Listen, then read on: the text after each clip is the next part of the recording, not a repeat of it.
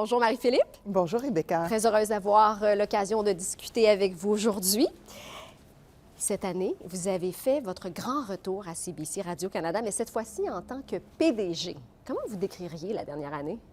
C'est une expérience extraordinaire. D'abord, il faut savoir que j'ai passé presque 30 ans ici à Radio-Canada et CBC.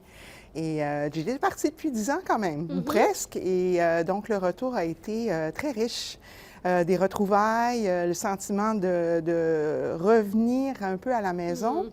Mais la maison a bien changé aussi. Les défis sont différents. Donc, ça a été aussi une occasion extraordinaire de reconnecter avec les régions. Je suis allée quand même dans plusieurs de nos stations. Je ne les ai pas toutes faites. Ouais. Ça s'en vient.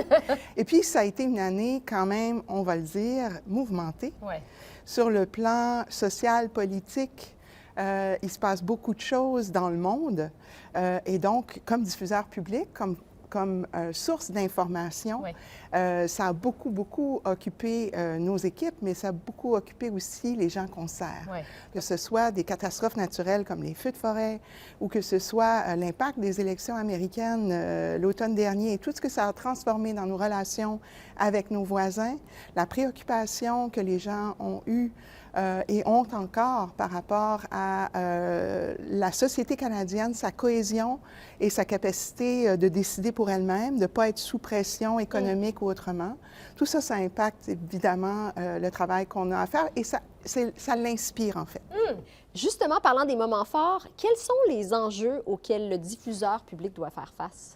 Bien, c'est les enjeux des Canadiens. C'est que maintenant, la radiodiffusion traditionnelle, qui était des sources d'information en nombre X, privé, public, etc., tout ça est beaucoup bousculé par les réseaux sociaux, par les plateformes internationales. Et ça change la façon dont les gens s'informent, la façon dont les gens se divertissent. Par-dessus, on va mettre une couche d'intelligence artificielle. En plus, oui. Hein? Et donc, ce qui amène avec ça énormément de potentiel, mais aussi énormément de périls, de risques, entre autres, sur la fiabilité de l'information avec ce qu'on a appelé les deepfakes ou des images, hyper-trucages, etc., et d'autres formes de manipulation de l'information. Donc, ça, c'est les défis des Canadiens et comment nous, on va réagir pour répondre à ces défis-là, c'est ça qui est important. What are some of the key moments for you since you stepped into this role? Oh, very certainly going out in the regions, touring our stations, but not just meeting with our employees, it's also going out and meeting with stakeholders, meeting with the public. I haven't done the complete the whole Canadian circle. tour yet? No, I've been to the north for the first time, Wow. which was wonderful. And I've been to the west extensively, and it's really important to get in touch with people and understand how they use the public broadcaster service, what they need from us, how their life has changed, and how other media are serving them, and how can we support the whole ecosystem and the whole experience of being Canadian today. So what are some of the needs, or what are those gaps? Well, social media has changed a lot of things. And we can tell now that there are groups in society that are less in contact with the public broadcaster and sometimes with Canadian media as a whole. So we can think of children and young adults who are using very much social media, exactly, YouTube and company. And so it's harder for them to find the Canadian content or to be in touch with the Canadian content, be it ours or that of other broadcasters. We can think also of newcomers. They come to Canada with their own media habits and they often can maintain them, but they do have needs in order to start their new life in Canada and get more in tune with the local news, with local culture as well. And finally, there's also those people who don't feel that the public broadcaster is reflecting their life. They're talking about the things that matter to them. For better or worse, we are more of today reflecting the big centers all across the country and less in more rural areas. There's gaps that we need to address. And I bet you talk with Michael about those gaps and about those strategies? So our chair, our excellent chair, we've worked on the strategy together with the board, and yes, we do have those very important conversations about serving the public. Okay, well, let's talk about this strategy strategy. Let's go find Michael and talk with him. All right. All right, let's do this. Hello, Michael. Nice to see you. Hi, Rebecca. Nice to see you. Thanks for joining us. Glad to be here. I want to talk about the new strategy. What does CBC Here for Canada mean for you, and why was it important to have a new strategy now? You know, it was in 1936 that the Government of Canada established CBC Radio-Canada. And it did it because there was a new technological threat, which was these super radio stations from the United States that were dominating Canadian airspace. And there was a decision then that we needed to have our own public broadcaster to help preserve our own identity. Right. But I would say the same challenge exists for us today. In fact, I think Canadians are very aware of the challenges that we're facing as a country. So it's critical for us to have a public broadcaster that is able to respond to the needs of Canadians. And we needed to develop a new strategy to make sure that we were responding to those needs. Et quelles sont quelques-unes des priorités de cette nouvelle stratégie qui est Radio-Canada ici pour vous? La première, c'est que nous avons un défi de désinformation Oui. dans le monde. Les Canadiens ont besoin des faits. Et une démocratie où les citoyens ne sont pas capables de savoir ce qui est vrai est une démocratie qui est en péril. Oui.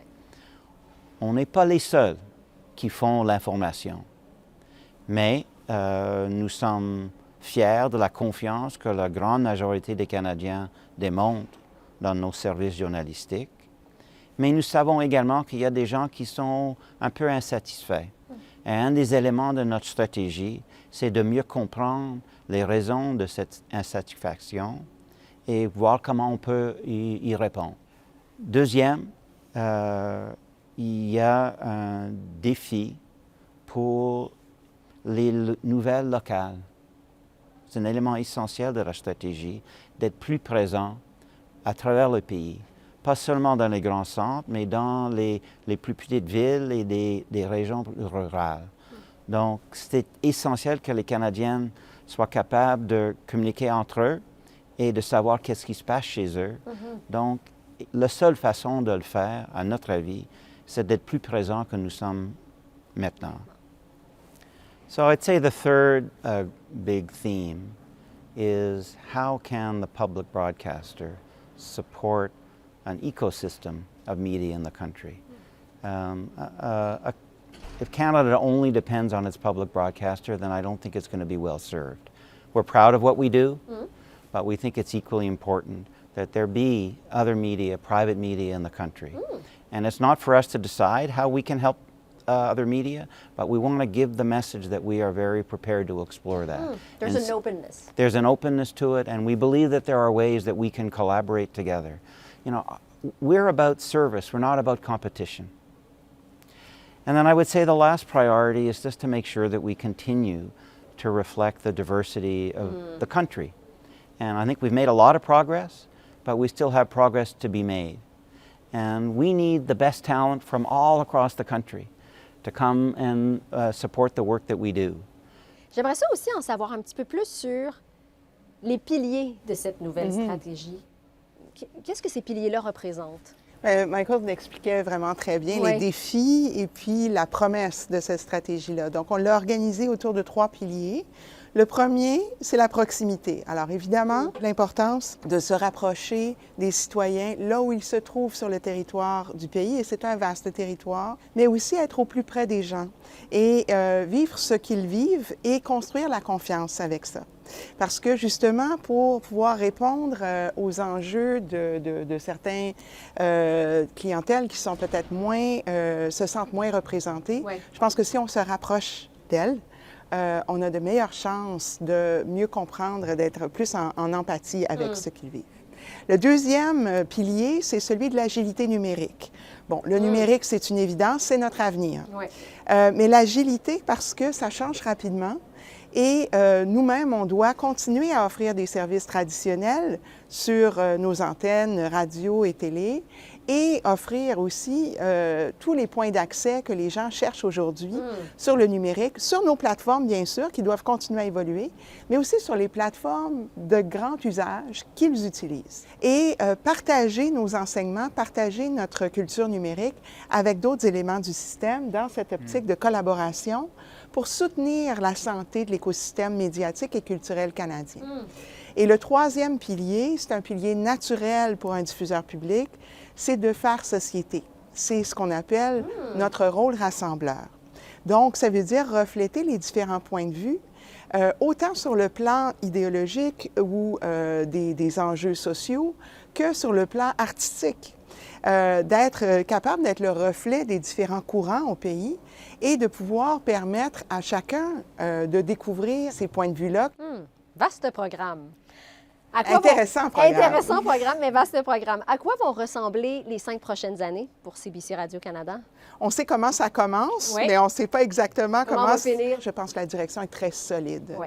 Mais concrètement, aujourd'hui, on a déjà commencé, en fait, parce que quand on parle de proximité, on a déjà commencé à redéployer des journalistes dans des endroits où on était plus présent, où on n'a jamais été présent, particulièrement en priorisant les endroits où il n'y a même plus de services de médias locaux pour pouvoir faire renaître quelque chose. On a aussi déployé plusieurs chaînes linéaires dans ce qu'on appelle des FAST, là, les Oui. chaînes numériques qui sont disponibles sur différents agrégateurs pour pouvoir faire de l'hyper local, en fait, à la fois en information, mais aussi en culture.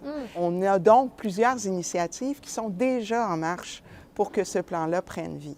Ça a déjà commencé. Voilà. Bon. Ben, You know, I would add that the only real constant in the media space right now is change, right? that's a nice way to put it. Right? So Marie-Philippe is right in saying, you know, to predict where we will be in 5 years, who would have predicted we would be where we are today 5 years ago? But I think we not only have a good plan, I would say the privilege for me as chair of the board has been to meet our employees across the country and realize how engaged they are in this mission. And the fact that Marie-Philippe decided to come back to CBC Radio-Canada to play this leadership role, I know it's deeply because of her commitment to public service. So I'm confident that even as the landscape changes, we have a leader and a team that are really committed to serving Canadians. That's a beautiful way to end this conversation. Merci beaucoup d'avoir pris du temps pour discuter avec moi aujourd'hui. Merci. Merci. Merci, Olivia. Honorable.